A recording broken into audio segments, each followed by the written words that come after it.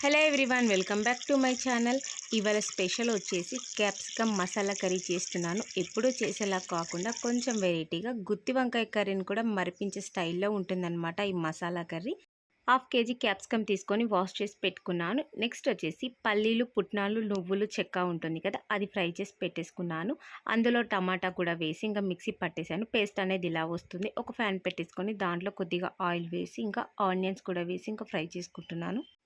Capsicum ముక్కలు అనేటివి మనం ఈ సైజులో కట్ చేసుకోవాలి. మరి చిన్నగా కట్ చేస్తే మెల్ట్ అయిపోతాయి కాబట్టి కర్రీలో. ఇప్పుడు ఆనియన్ వేగిపోయింది. ఇప్పుడు 2 పచ్చిమిర్చి, బిర్యానీ ఆకు కూడా వేస్తున్నాను. కొద్దిగా కరివేపాకు, కొంచెం జీలకర్ర వేసి కలిపేసుకోవాలి.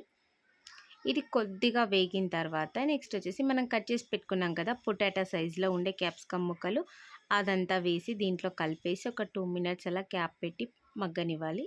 ఇప్పుడు మగ్గిందా లేదా చూద్దాం. ఇప్పుడు చూస్తే లైట్గా మగ్గిందనమాట. ఇప్పుడు అల్లం పేస్ట్ వేసి ఇంకొకసారి బాగా కలిపేసుకోవాలి. అల్లం పేస్ట్ ముక్కలకు పట్టిన తర్వాత నెక్స్ట్ వచ్చేసి టేస్ట్కి తగినంత సాల్ట్, పసుపు, కారం వేసి ఒకసారి బాగా కలిపేసుకొని క్యాప్ పెట్టేసుకొని 2 మినిట్స్ దీన్ని మగ్గనివ్వాలి. 2 మినిట్స్ తర్వాత చూస్తే ఇదైతే బాగా మగ్గిపోయిందనమాట. నెక్స్ట్ వచ్చేసి మనం ఫస్ట్ ప్రిపేర్ చేసి పెట్టుకున్నాం కదా ఇంకా పేస్ట్ అనేది, అది కూడా దీంట్లో వేసి బాగా కలిపేసుకోవాలి. ఈ పేస్ట్ అంతా ముక్కలకి బాగా పట్టడానికి 5 to 10 మినిట్స్ అయితే పడుతుంది. ఇదంతా బాగా కలిపేసుకొని ఒక 5 to 10 మినిట్స్ అయితే దీన్ని మగ్గనివ్వాలి. ఈ క్యాప్సికమ్ మసాలా కర్రీ అనేది రైస్లోకి కానీ చపాతీలో కానీ టేస్ట్ అయితే చాలా బాగుంటుంది. బట్ ఒకసారి ట్రై చేయండి.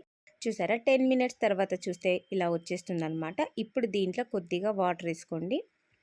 కొద్దిగా వాటర్ వేసుకొని కంప్లీట్గా దీన్ని కలిపేసి ఇంకొక 5 మినిట్స్ అయితే మంట కొంచెం మీడియంలో పెట్టేసుకొని ఇంకా దీన్ని కుక్ చేసుకోవాలి. లాస్ట్కి ఇంకా కొత్తిమీర చల్లేసి ఇంకా సర్వ్ చేసుకోవడమే. ఇక్కడ చూడండి ఆయిల్ అంతా పైకి తేలిపోయింది కదా, ఆయిల్ అంతా పైకి తేలిపోయిందంటే మనకి ఇంకా కర్రీ రెడీ అయిపోయినట్టే.